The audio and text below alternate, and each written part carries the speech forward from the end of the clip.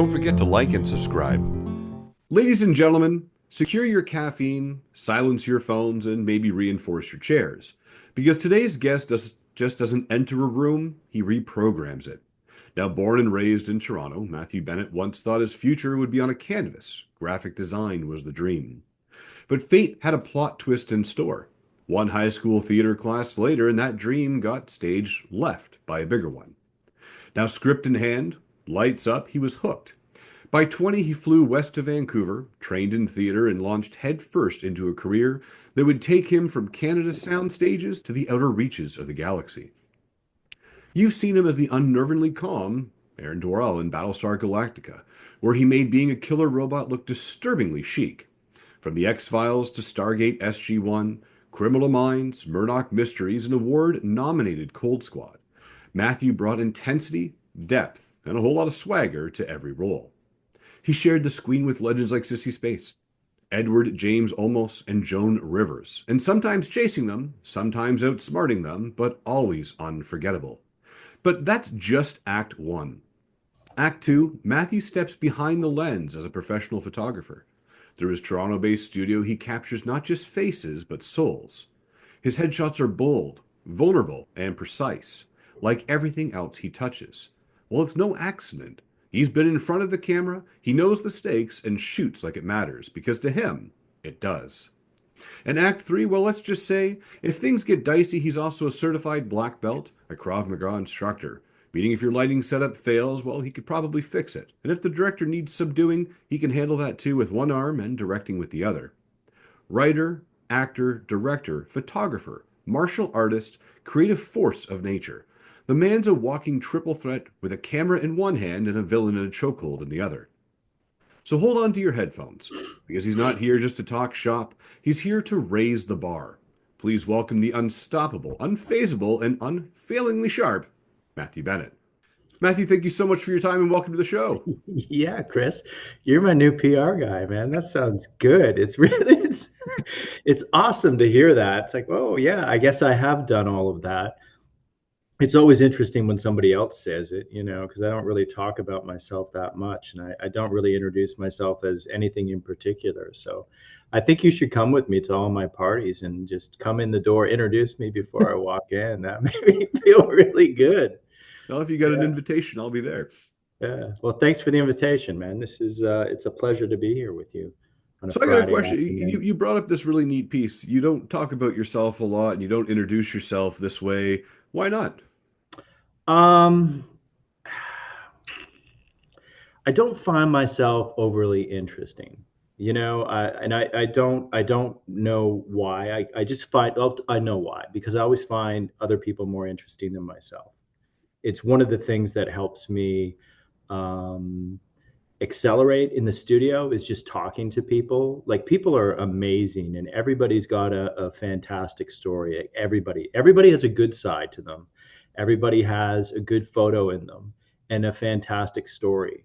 And, I haven't come across, well, that's not true. I've come across a couple people that, I wanted to sort of get out the door. But overall, it's like, I don't want my sessions to end. I think people are fascinating in how they got to where they are, even in the corporate culture, like within the scope of me as a photographer. I have some corporate contracts, and each one of those places is different. The law firms are different, and they draw different kinds of personalities. And within that, I could just talk for hours about how people got to where they are and who helped them. And it's interesting once you start asking questions of people. If you can get in and get their trust, it's like you kind of, in a way, help them find things out about themselves that they not, it's like you just talking about me there. It's like, man, this guy sounds impressive. Yeah, so I don't really talk about myself. There's always, I know about myself, and I think it's kind of boring anyway when people usually talk about themselves. Well, you're incredibly Unsolicited. fascinating. I can assure you of that. Oh, thanks, So you're man. completely wrong on that one. But I want to talk about Krav Maga for a minute here. Now, as a Yeah. martial artist myself, what drew you to this style? Well, I did some boxing in my late teens and early 20s and in Vancouver. I've always enjoyed the idea of martial arts and that sport in particular and the dedication and focus. I think everybody should be able to defend themselves. I think it's a really important thing. I think the world would be very, very different if everybody knew how to defend themselves, first of all. I've always, not always, I've been an instructor. I used to teach swimming. I was camp counselor, lots of things like that. So I enjoy teaching people whatever I can. You know, if I ever get somebody in the studio and they're interested in photography, like look out, man. Like I'll tell you everything I know. And to be able to teach people how to protect themselves is it's an honor. It's really cool to watch people come in and over a period of a year or two see how they change, you know. And the school I teach at is really like a family. I started out with elite martial arts 11 years ago. We survived the pandemic. There's the owner, Dan Novak, and then there's me. You know, Dan's been there. He started the school, and within 2 months, I was in there. And probably within about 8 months, I started teaching day classes, and it was a real focus. Krav for me, it's very dynamic, and it's the most realistic self-defense system that I think you can get to use on the street. There's no rules in Krav, you know, groin kicks, eye gouging, biting, whatever it is. Obviously, there's technique, but it's, you know, all out war, really. And you know, there are no Krav tournaments, right? There's no, and it's just like, you know, if you're getting jumped on the street, there's no ref. You know what I mean? So it's a different thing, and it's very street oriented, and you know, it's hand to hand combat and weapons defense, and it borrows on the best of everything. It's not just like the system that's been developed. It's, you know, boxing, savate, karate, jujitsu. It's a combination of everything. It's whatever works has been incorporated into the program, and yeah, that's why. Um, it's just it's awesome. It's an awesome way to stay in shape and to how can I put this? My confidence on the street is different than it was 10 years ago. That's for sure. And I could take care of myself 10 years ago, but it's something different now. And I think that's cool to have, you know. I can be in any situation. I'm not concerned. You know, and obviously through this as well, I totally aware of how to avoid situations. You know, my situational awareness is different, and you know, I think it's something that everybody should dig into, even if only for 3 months. You know, just to get something. Like you understand, like if you can throw a punch, it changes things. You know, if you can handle yourself and know how to balance yourself and push your weight around, and you know, it changes things. It changes everything when you're out in the street. So, and who you are out in public, you know what I mean? You can enjoy yourself a little more. So that's what drew me to it. Also proximity. Also, I was on a show called Cold Squad, and a guy named Greg Kalpakis was on it.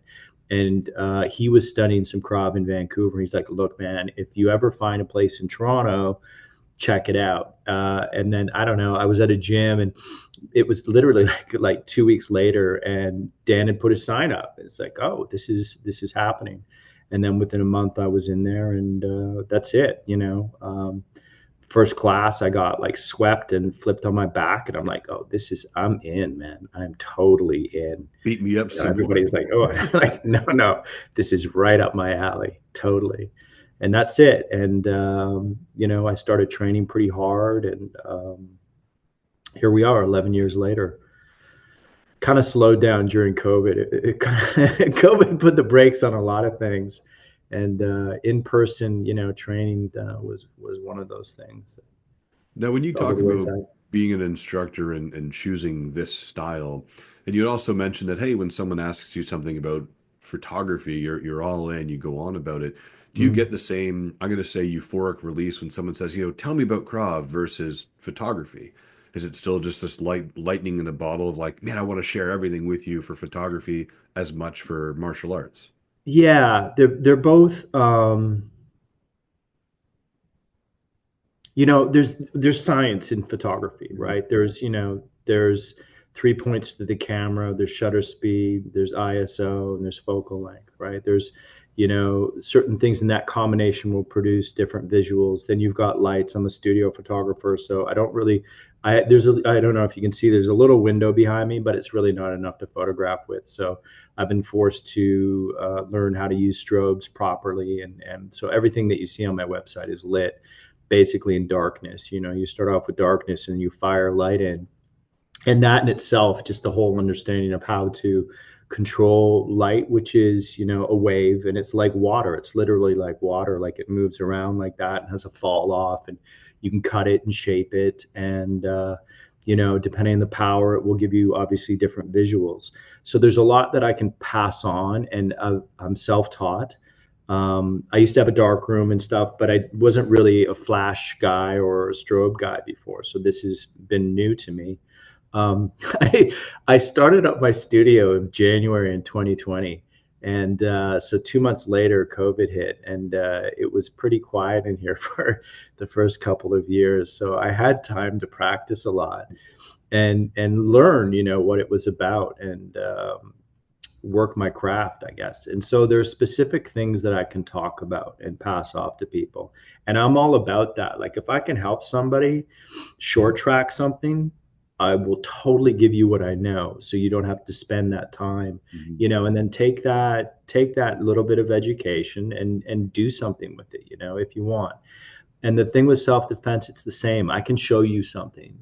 Like I'll show you, if somebody asks, says, "Hey, show me something," I'll show them a choke defense. I'll show them something that's like readily, like plausible, you know Mhm. what I mean? And that they could run into something that happens. And it's like, here's how you deal with it. And it's very step by step kind of thing. If people ask me about acting, I don't really talk about that because I don't know how. I'm not a teacher of acting. I could tell you how I prepare things, but I also think that I have a unique approach to it. And I don't know, I went to theater school and stuff, but that was like most people. I learned more on my first day on set than I did in 2 years of theater school. It's just what it is, right? And then, a lot of what's taught today, I feel is it's not irrelevant, but you're not going to really use it on a day-to-day basis. Like, it's 2:20 here in Toronto right now on a Friday. And this, it happens all the time. You think you're like good for the weekend, and then 10 to 5, right? You get an email. It's like, "Oh, we have an audition for you, and it's 22 pages, and we need it Monday at 9 a.m." You know what I mean? So you're not going to be doing all the stuff that they teach you in school, or they teach you, in your scene study class. It's different, and it's personal. Mhm. So yeah, whatever I can teach that I think is real, you know what I mean, and not personal. If that makes sense. Like these are my personal experiences teaching martial arts and photography, but it's not like acting. Like I can't tell you, Chris, how to act. It's like it's your thing. I can tell you what I do ish, because that also changes as well. So does that make sense? No, it does, and I love how you're sharing the experience. Like I'll say the experience from here's not an instructor's point of view, here's an experience point of view. And I love Mhm. what you said. You could spend 2 years at theater school, 2 years at film school, 4 years wherever, but when you get that call or that text message on Friday that says here's 22 pages by 9 a.m., which I think a lot of people would say, "Wow, how do I get that?" But at the same time, Yeah, be careful what you wish for, you right? get it and you say, how am I going to do that? Uh, Yeah, no, I yeah. love that you come at it from that approach. Do you feel that this helps you shape who you are as a photographer then? When we talk about, you were doing the corporate clients, but you also do actors, you yourself coming from that industry, do you think it's kind of gives you that fighting edge to say, well, I kind of know what your headshot should look like more than what your agent has told you? To a degree, when I started out in the studio, I've had maybe, I've been in the business 30 plus years. Let's not do the math on it. And probably had 9 to 11-ish headshot sessions, about, every 3 years kind of thing. Mm. I've had some great experiences. I've had some terrible experiences with photographers. And I made a point of listing everything that was good and bad. It's like, this is how I'm going to run my studio and what I would like to have happen if I was coming into a studio today. So that's the sort of list of criteria of how I approach things. I sent out a questionnaire early on because I know a lot of casting people and agents and producers and stuff. And so it was just a simple 21-point questionnaire about what people wanted to see in headshots, because I wanted to make sure I was sort of, you don't want to provide people with stuff where casting looks at it and goes, what is this? We can't use this. This is unusable. And I wanted to give people a leg up. And I was also curious, like, from casting to casting, do they look for different things? Do they want to see different things in headshots? Because then I could say to an actor, well, do you have any problems getting in to see so-and-so? Well, let me make you a photograph that will appeal to them. You know what I mean? Because I think that's a benefit. One of the questions I asked was, sort of just paraphrasing, phrase it this way: through the years, headshots have changed. Like, I don't know how long you've been in the business, man, but when I started out, it was literally a head shot, right? It was neck and maybe a bit of shoulders, and it was a full headshot in 8x10. So headshots have changed through the years. Who's driving that? Is that the casting and agents and producers, or is it the photographers? And everyone responded back and said it's the photographers. And I went, oh, this is interesting. Okay, that means that I can change things. I can sort of direct things into an area where I think is interesting. Still serve my clients, right? Still help and support them, but let's do something with this idea. Yeah. We're living in the land of social media now, and people are literally being cast because of their social media following. Not even necessarily their engagement, which is weird. It's like, people with 120,000 followers on Instagram and 20 likes, right? It's like people, you know what I mean? And they're getting hired. But, and I understand the idea from a producing perspective. It's like, well, that's free advertising. I've done a couple of movies with some people from Degrassi, and it's like, they've got a huge base that's significant, and for an ad person, somebody, it's like, that's great, right? That's a great market to hook onto. So we're not just actors showing up anymore. We have a level of media that we have to consider. In my studio, if you come in, I will always make sure that there's a good, clear, clean headshot. And then I do a little more editorial things, the things that I consider, like, this is your variety cover, right? This is your Gentleman Quarterly cover shot that goes along with the interview, and you can post these on your social media account. It's your blog picture. It's something in addition to. Right. Here's your main headshot, and let's do something with them a little more, some split light or something a little more dramatic, right? That you can include, your agent can include in the casting process. Like, hey, here's Chris, and here's his headshot, but check this out. He's what he looked like as a bad guy, kind of give you that sort of a vibe. And I think it's important. It's just where we are right now. So, and I don't, make the same photographs. I know that there's, I'm in the studio, so there's a similarity to my photographs, but I don't use backgrounds. I don't use the same lighting setups. I push stuff around. Like I said, there's a similarity because I think everybody's individual. And so everybody should have a unique photo. If people look at my photos and say, oh, Matt Bennett shot that, it's like, that's not good. Like, if I'm taking a picture of you, I want people to go, man, Chris, you look great. That's awesome. And then who took this? Yeah. Do you know what I mean? Like, to me, that's a job done.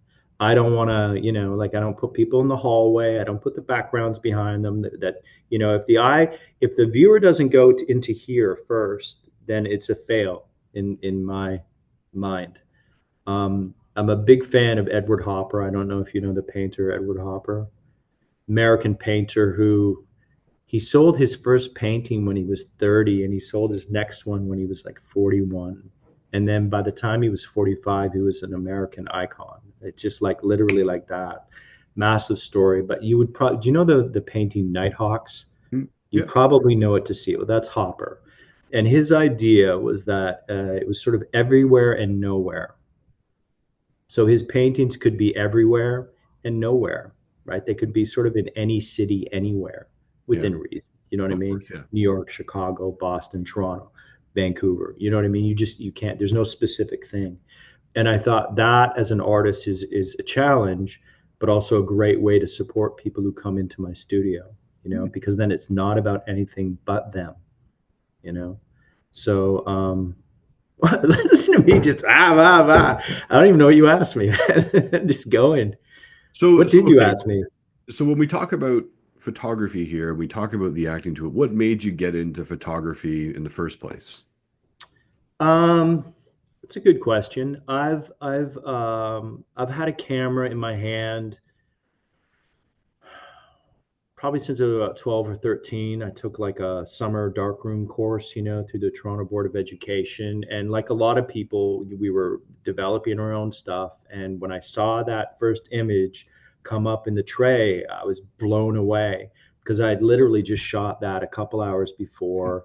And it was like magic, and I was hooked into this thing. It's like I stopped time, and there's some technical aspects to it, and I'm kind of a solitary person, and it seems to really fit that idea. I can go out with my camera and occupy myself and explore. We talked about this a bit before, like as actors, I think we're curious people, and I certainly have a healthy sense of curiosity, and this you know helps me with that. So there's that. My partner, my wife, Karen LeBlanc, was on a show called Ransom that was shooting in Budapest. And I had a few dark rooms in my 20s and early 30s, which I don't know, Photoshop sort of came up, and that's when I kind of stepped back from everything. And also my career sort of, was going like this. It was not left. It was like going up. I was busy and working and had other things happening. So I kind of stepped back from photography a bit. I always had a camera, but wasn't chasing it the same way. And in Budapest, she was on a show called Ransom, and they didn't have a studio, so they were on the road all the time, which is a tough grind, right? Because you're away from the trailers, you're on set, you're just doing this thing. Also means it makes for very long days. So she was gone, and I was in this amazing city. Like Budapest is crazy, man. There's like, it's so beautiful, but it's kind of weird because it was pretty much destroyed, in World War II. So it looks old, but it's all been kind of rebuilt. You know what I mean? So, and there's a thing about it, kind of magic because of that. And I started just taking my camera around, and I've always done cityscapes and landscapes, but my friends were coming through. They were on the show. They were coming through. So I'd like, hey, let's go out for lunch. Let's go here. And I had my camera, and I started taking pictures, and then some people started using them as headshots. I'm like, this is interesting, because I'm not, oddly enough, or maybe not oddly enough, I'm not a big people person. Like I don't like big groups of people. I do my Christmas shopping in September. I try to avoid that. I like sort of more intimate dinner parties. I'm not a big club guy. And so, but even that sort of one-on-one thing, it's like, I really didn't understand what it was. So through that process, I realized, I'm creating headshots, but I was also, there's something about making a picture with somebody. It's a very vulnerable place to be. And I was learning things about my friends that I never would have known. It just starts a conversation. And I thought, this is really amazing. Like I'm meeting people on a whole new level and finding out these incredible things about them. Like you kind of got to cut yourself open a bit to make a good picture. You know what I mean? And be like, let me see you, which is hard to do. It's hard to do with, even the friends, like, I have, probably 4 or 5 close friends. None of them know all of me, but if they all came together, they could, you know what I mean? Yep. Because and it's just like, I don't talk about this with this guy. And you know what it's like. So I thought, this is really interesting, and it's unexpected, and people were using them, and I could see that I was supporting people in doing it. And as an artist, I felt like I was actually making something happen. The bottom line for us as actors is there's not a lot of creativity in it. Probably more in the theater than there is in filmed entertainment. Like we're literally saying things that other people have written. We're being told where to walk on the floor. Our performances are being dictated to a degree by the people that we're acting with. We're being dressed by other people. We're being fed by people. We're literally being, knocking on the door. It's like, it's your time to come. Like we're being shepherded around. We're kind of like these widgets. And, you know, it, like a lot of things, it's not like I thought it was going to be. You know what I mean? And then you get into this grind and you start doing this thing and you're working as an actor and it's all great and you get a level of fame and you're making money, but your sort of artistry kind of dies slowly. And I was really thrown by what was happening in Budapest and thought this would be great if I could do this because I feel like an artist. Yeah. And in my studio, when people come in, it's, to me, it's like the most intimate form of acting. Like it's just two people, there's nobody else interfering, and we're making something through communicating, you know what I mean? Yeah. And trial and error and experience and dressing up, right? Like what kind of clothes you're bringing, because whatever you bring is going to dictate the light. It's like, oh, we've got this idea. Well, why don't we try this? Or how about that looks cool? Let's do this, and then questions start and things happen and moods change. And, it's amazing. It's the most actorly I've felt in decades, really, And so, yeah, I'm in. And Karen found this place for me. It's like a 10-minute walk from our house. It's right downtown Toronto. I'm just so fortunate to have it. It's a great building. And it's like, I feel like I found myself to a degree in here, to a great degree, actually. Do you think that and I love what you said, there's so much there, but when we look at the artistry of, let's say, theater, television, film, and even taking photos, podcasts, whatever the case may be, and we look at what people don't see, right? And I think you've done a very elegant job in saying, you're an actor, but you're really doing what someone else has told you to do. You're standing where someone else has told you to be. Do you think that there's anything else about, I'll say, the acting world, the theater world, even the photography world, that you wish people just had a better understanding about? Acting is a hard job. It's a hard job. You are not acting more than you're acting. People like will ask me, do you think I should do it? Usually people on planes. It's always interesting. They're like, oh, I was in a high school play. Do you think I should do it? I've always thought of doing that. My advice is if you cannot not do it, then you got to do it. But if you can think of something else you'd rather do that. It's the 95-5 rule. 5% of the people get 95% of the work and make 95% of the money. Here's another one. In between action and cut, it's the best job in the world. In between cut and action, there's a lot of better things you could be doing with your time. It's soul sucking. It's not about you, but it's about you ultimately. It's about how you look and what you're presenting and the ideas you're bringing. You have to develop an incredibly thick skin. Everybody thinks that fame is great. I don't know. For a while, I thought it'd be great to be somebody like Tom Cruise, but Tom Cruise can't walk down the street. And then what happens? Like your life, it's like there are movie stars that cannot go out, or if they do, they have to dress up and hide, so your life experience becomes very minimized. It's like rock stars, right? They hit with their first album and then their second one is like, it's okay. But third one is like, your life has changed. All the stuff that you sang about is not so anymore. Mm-hmm. You know what I mean? It's like you're different. You look at things differently. Your approach is different, and the sort of the pulse and the real life it goes away. That's what acting is. Like, again, be careful what you wish for. You know what I mean? It's like, and it's weird because in order to become successful, you have to give up the things that brought you to that success.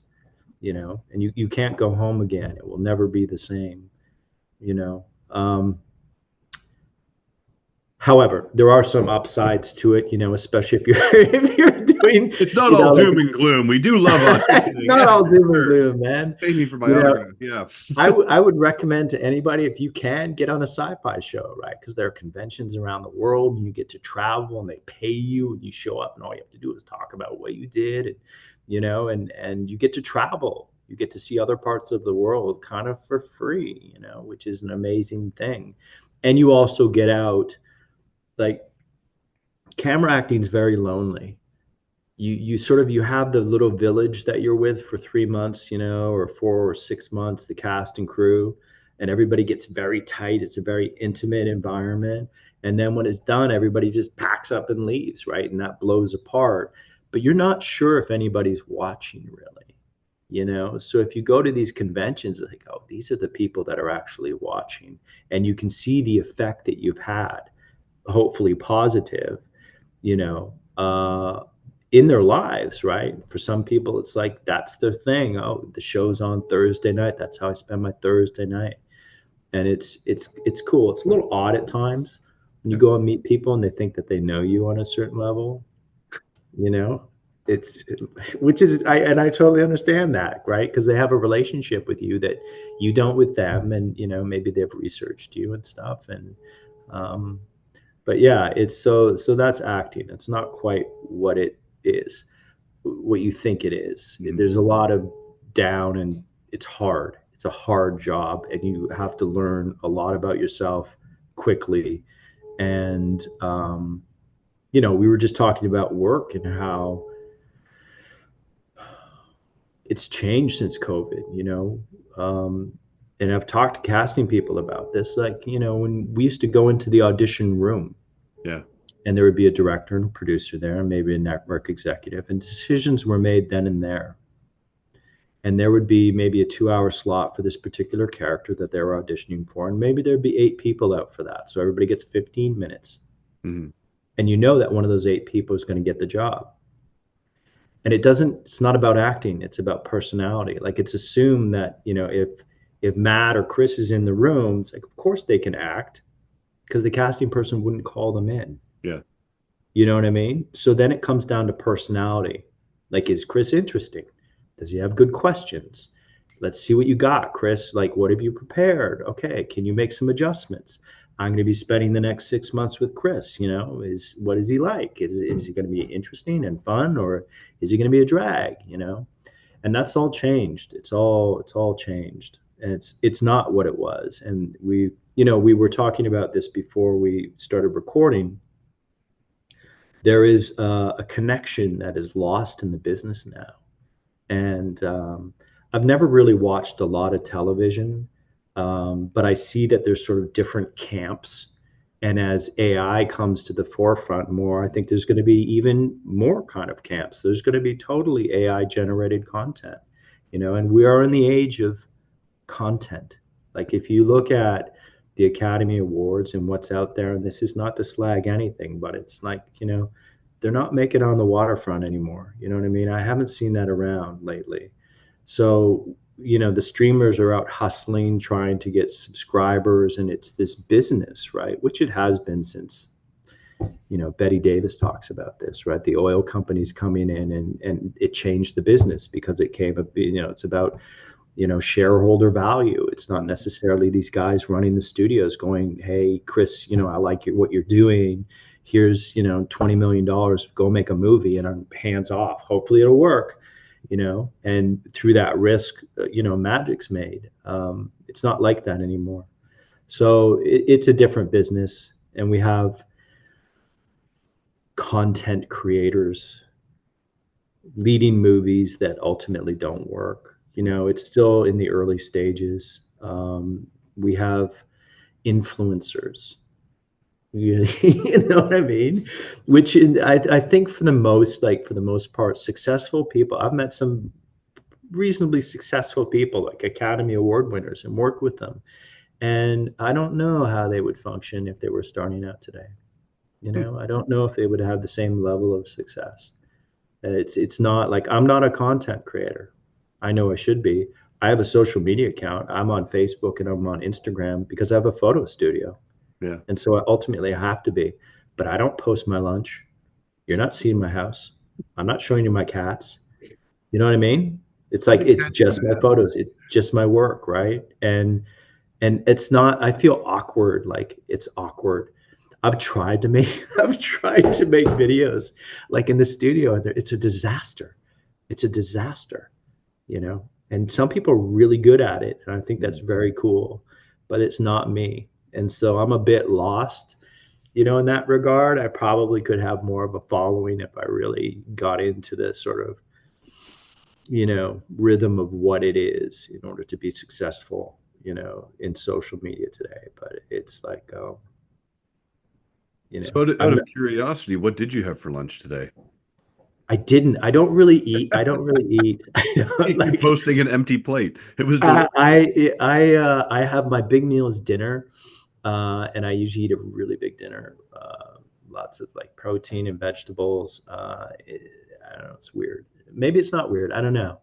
Lemon water to start off the day, a bunch of coffee, probably too much, and sometimes I get sidetracked. And I'm not a big like I like dinner parties for the conversation. Not Do you for know the what I mean? yeah. I'm not a foodie. Like one of my good friends, he's all about the food. And he's posting food. And he's got all the tools, and he's like cooking this and cooking that. It's like, no, it's not me. It's not me. I don't even like to sit down and eat. Like sandwiches over the sink are awesome. You know what I mean? You know what I'm saying? Let's go, right? Clock's ticking, man. Let's go. Let's get out and see some stuff. You know.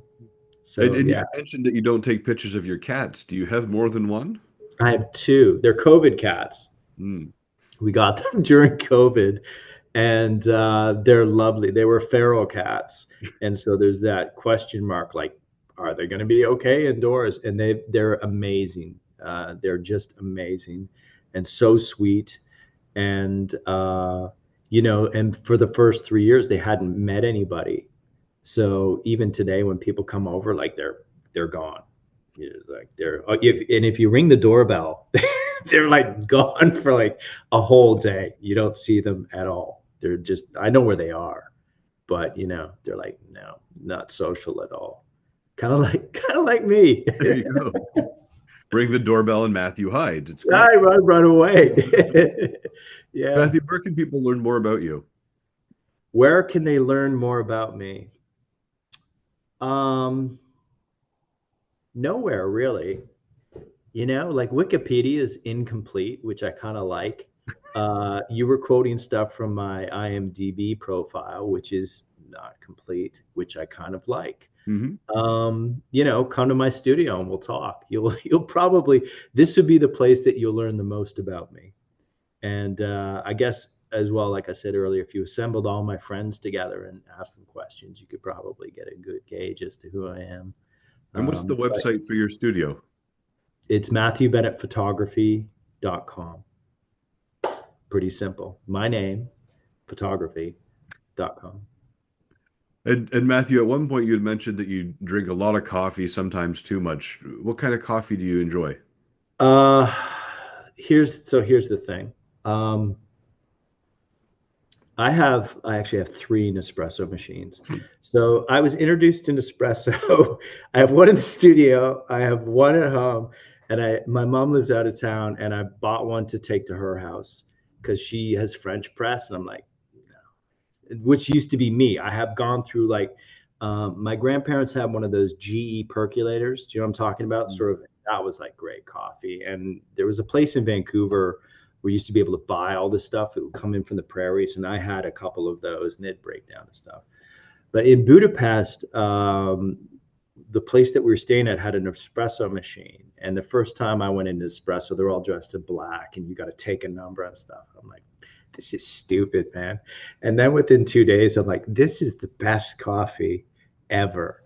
And so I've become that guy. I call it like courtside seats. I Hmm. don't know about you, but every once in a while you have this experience. It's just like being courtside, man. It's like, so I don't go to out for really, there's a coffee shop down the street I'll go to, but I don't go to Starbucks anymore. And, you know, like, don't hate me, Tim Horton lovers, but that's not for me. I've got, it's like good, really good coffee. It's fresh and hot and tasty. So that's the kind of coffee that I like. And a question for you is that out of all of the, conventions that you've gone to, after everyone that you've spoken to, podcast interviews, all these things, what's a question that no one's ever asked you that you kind of sort of wish they did? Did you have fun? I spent a birthday on set on Battlestar actually, and we were shooting in the North Shore Studios. It was season 1, and my birthday's in April. And in Vancouver, it was just starting to become spring. And I have a very clear picture. It was one of those moments. I don't know if you have these, but you have this feeling. You go, I'm going to remember this forever. And I opened up the door to my trailer, and it was just such a beautiful day. And I was working on this show where they had made our costumes. Like everything was made. Everything was just it was perfect. The cast was great. Nobody was a star yet. There weren't a whole bunch of executives behind the monitors. It was just a really awesome experience. And I recognized there how like fortunate I was to be there. And kind of, I don't know if you've had this experience before on being on shows, but you kind of like early on, you go, this is something. This is going to be important, I've been on a couple where I thought that it didn't turn out that way, but this one is like, yeah, this is unique. And there was something about everybody and who we were. I thought this is great. And it was like, yeah, I'm having a good time, having a really good time. And I didn't live that far away. It was like a 15 or 20-minute walk to where my condo was, which made it kind of even better. It's like I'm doing this crazy, amazing thing, and I just live right over there. It's my birthday today, and I'm in this teal suit that they made for me with fabric from the 50s. And, it's just like, this is really cool. Very fortunate. So, yeah. Awesome. And I've been on other shows as well and had like Cold Squad was a great experience, Orphan Black was a great experience, a lot of shows where it's just like, this is fun, And I have time for one last question for you, Matthew, and I really appreciate you being here. It's what makes you smile? You make me smile, Chris. That introduction makes me smile. What makes me smile? Friendly people, interesting people, people facing challenges and overcoming them, surmounting obstacles. I love the underdog, and I love to support people, and I love to see when people succeed. I love seeing people succeed. It's remarkable. There's so much darkness at times in the world, and it's just amazing to see people strive for something and succeed. It's just like, this is great, because for the most part, almost everything we do is a challenge, and it's really, really cool. And if I've supported somebody, maybe the smile is even a little more big, it's like, because I had part of that, and because I think that's what we're here to do, is to help each other, to lift each other up. Like, today doesn't come back. What can I do for you to make your life a little better, easier, more successful, and especially when people are working at something and want it. And when I see that success, it's pretty amazing. That makes me smile. That's amazing. And as I said, that was the last question I had for you today, Matthew. Again, thank you so much for your time being here. Chris, everyone out there, get to Google and find the most little information you possibly can about it. Check out MatthewBennettPhotography.com. Again, thank you so much for your time. Remember to smile to inspire everyone. Have a fantastic day. Again, Matthew Bennett, has been an absolute pleasure. Thank you so much.